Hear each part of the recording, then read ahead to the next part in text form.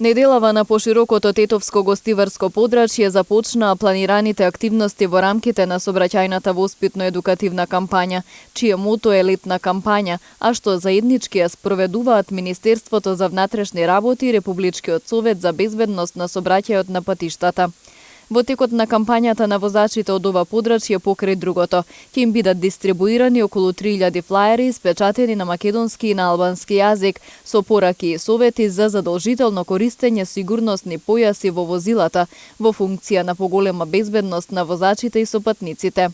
Флаерите исто така содржат и појаснување кога и зашто да се употребуваат ваквите појаси, но во нив се потсетува и на законските санкции за неисполнување на оваа законска обврска.